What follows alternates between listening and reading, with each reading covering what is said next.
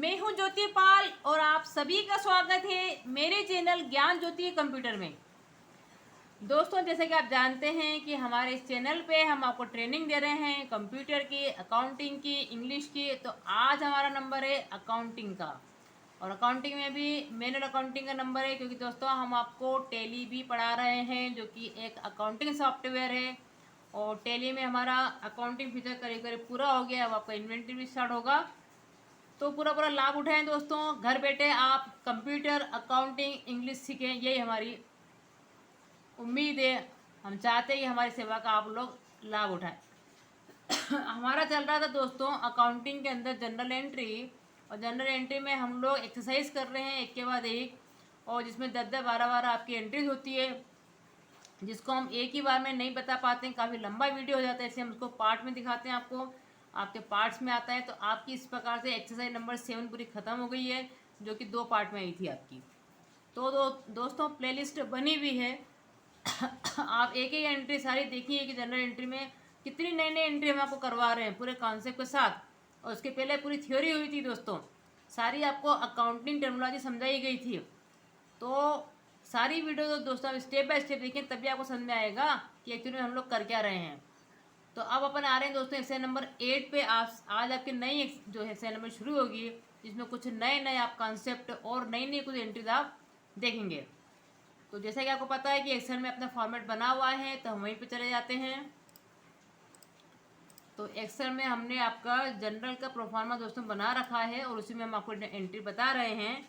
ये आपका जनरल का प्रोफार्मा होता है, आपको बताएगा। तो शुरू में थ्योरी बताई थी, तो ये डेट होता है, ये पर्टिकुलर से ये लेजर फेल्यू है, क्योंकि यहाँ से फिर लेजर में पोस्टिंग होती है। जब अपन लेजर पोस्टिंग में जाएंगे तो वो भी आप सीखेंगे कि लेजर में पोस्टिंग कैसे होती है। अभी जस्ट एंट्री करना सीख रहे हैं कि कैसे हम रूल्स को फॉलो करके एंट्री करते हैं, किसको डेबिट करना है, किसको क्रेडिट करना है, कैसे करना है, वो सारी मेथड में मैंने आपको बताई थी मेथड भी सारी, ठीक है। आज हम देखते हैं क्या क्या नई नई एंट्रीज में आ रही है। तो ये होता है आपका डीआर अमाउंट, ये होता है आपका सीआर अमाउंट, ठीक। ये होता है आपका प्रोफार्मा।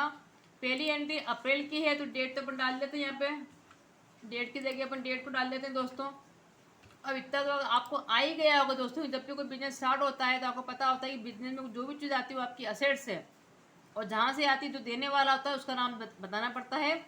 बिजनेस में कुछ भी आता है या जाता है उसी को बताना अपने आप में अकाउंटिंग है दोस्तों। सही बात तो ये, ठीक है। तो हम लोग बिजनेस के पॉइंट ऑफ व्यू से एंट्री करते हैं, अपने को बिजनेस के पॉइंट ऑफ व्यू से सोचना ही कि क्या क्या हो रहा है।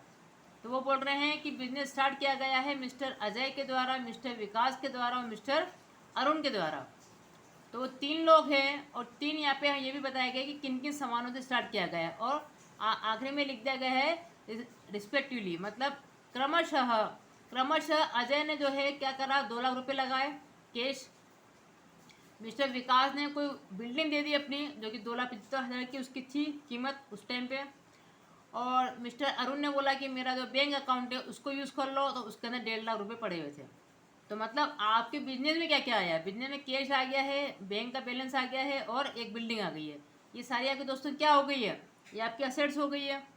और ये चूँकि पार्टनरशिप फॉर्म है, क्योंकि 3 लोगों ने बिजनेस स्टार्ट किया है, तो उन सबके नाम आपको अलग अलग डिफाइन करना पड़ेंगे।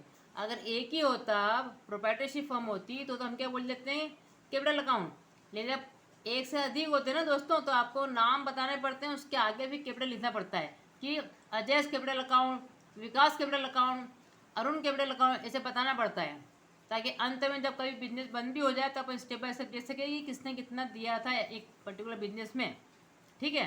तो जो जो चीज़ आई है दोस्तों बिजनेस में, वो तो आपकी क्या हो गई है, असेट्स हो गई है। और उसी के अगेंस्ट में अपन बताते हैं कि लाइबिलिटी क्या है, कैपिटल अकाउंट को कितना देना है, कैपिटल आपकी क्या है, सबसे बड़ी लाइबिलिटीज़ है, ठीक है। तो यहाँ पे मैं क्या क्या लिख दूँ दोस्तों, फिर कैश आया एक तो 2 लाख का, तो यहाँ मैं लिख देती हूँ कि कैश अकाउंट डेबिट। तो आपको क्लियर ही है कि थोड़ी सी दूरी पे जाके अपन डी लिख देते हैं, ठीक। उसके बाद मैं लिख देती हूँ बिल्डिंग अकाउंट। आप मल्टीपल अकाउंट डेबिट क्रेडिट कर सकते हैं, ये भी मैंने आपको बताया था, कितने भी अकाउंट डेबिट क्रेडिट हो सकते हैं। इसको लिख दिया मैंने डी, ठीक। तो capital building account debit, cash account debit, और बैंक अकाउंट डेबिट। आपका जो भी बैंक का अगर नाम हो तो आप नाम भी डिफाइन कर सकते हैं दोस्तों, ठीक। अभी मैं सिर्फ बैंक लिख के छोड़ रही हूँ। आप जिस बैंक में जमा कर रहे हैं, स्टेट बैंक में कर रहे हैं, आप तो SBI अकाउंट हमारा, ठीक है, HDFC बैंक अकाउंट, ऐसे जिस भी बैंक में आपका खाता हो वो लिख के भी कर सकते हैं। तो ये 3 चीज़ें आपके पास आई है बिजनेस में, ठीक। देने वाले कौन कौन है, तो थोड़ी सी दूर पे जाके दोस्तों हम क्या लिखते हैं, 2 करके लिखते हैं हम। अब पहला क्या है, अजय का नाम है, तो हम क्या लिखेंगे यहाँ पर, अजयस कैपिटल अकाउंट, अजयस कैपिटल अकाउंट, ये अजय का कैपिटल अकाउंट है। फिर हम लिखेंगे उसके बाद दूसरा कौन सा, क्योंकि बेटा क्योंकि ये पार्टनरशिप फर्म थी ना बच्चों, इसके आपको तीनों के नाम डिफाइन करना पड़ेंगे, ये ध्यान रखें। तो 2 करके अब मैं लिख रही हूँ यहाँ पर क्या है, विकास कैपिटल अकाउंट, तो यहाँ मैंने लिख दिया विकास कैपिटल अकाउंट। तो अगला हो गया आपका विकास कैपिटल अकाउंट, और फिर थोड़ी देर पे जाके मैंने लिख दिया यहाँ पर 2 करके कि आपका अगला कौन है, फिर विकास हो गया, फिर कौन है, अरुण, अरुण कैपिटल अकाउंट।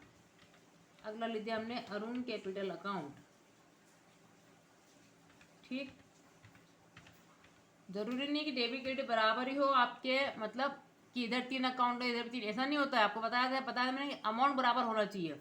अभी तो क्या है कि अपने क्योंकि अकाउंट ही बराबर होने तो वो बात अलग है। ठीक, ये नियम है, रूल्स है। तो कैपिटल कितने बेटा, कैश, कैश कितने की आई है, कैश आई है आपकी 2 लाख की, यहाँ लिख दो 2 लाख अमाउंट में। ठीक, बिल्डिंग कितने का था, बिल्डिंग था आपका 2,75,000 का, तो वो लिख दो 2,75,000 का आपका बिल्डिंग हो गया। और उसके बाद 1.5 लाख का आपका ये था, 1.5 लाख का आपका ये है। ठीक है, तो यहाँ आप चाहो तो तीनों का सबको अलग अलग ही लिखना, तो अच्छा है।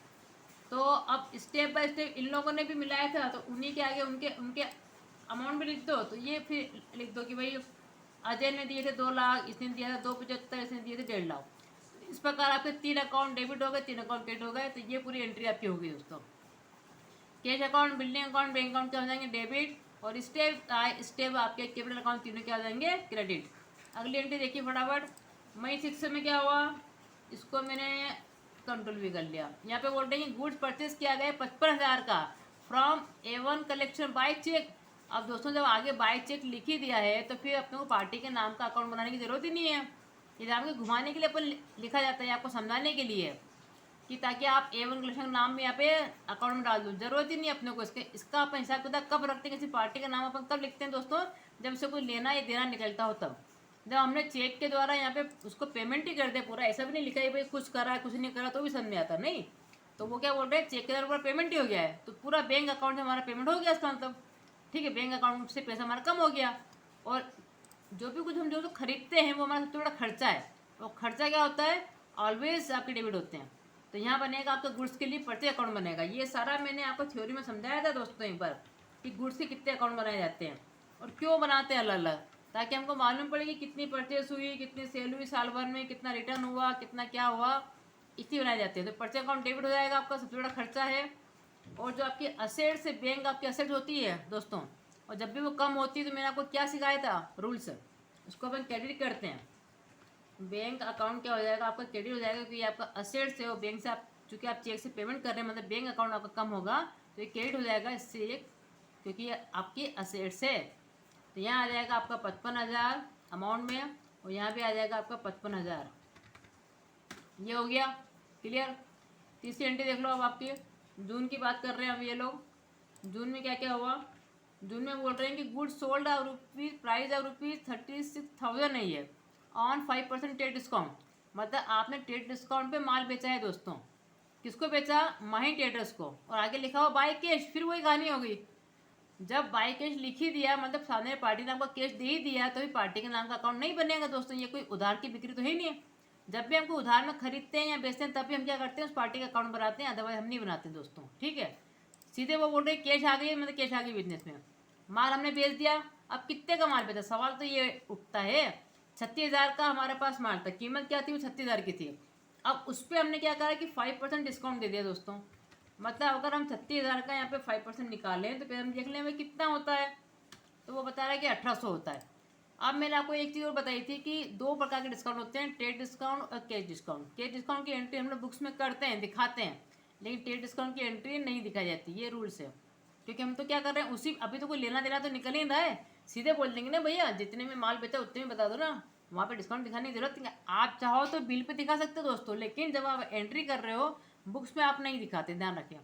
तो हमारा क्या हो जाएगा कि 36,000 का जो आपका माल था उस पर आपने 1800 रुपये का क्या क्या कर दिया, उसको डिस्काउंट दे दिया, मतलब कम लिए उससे पैसे।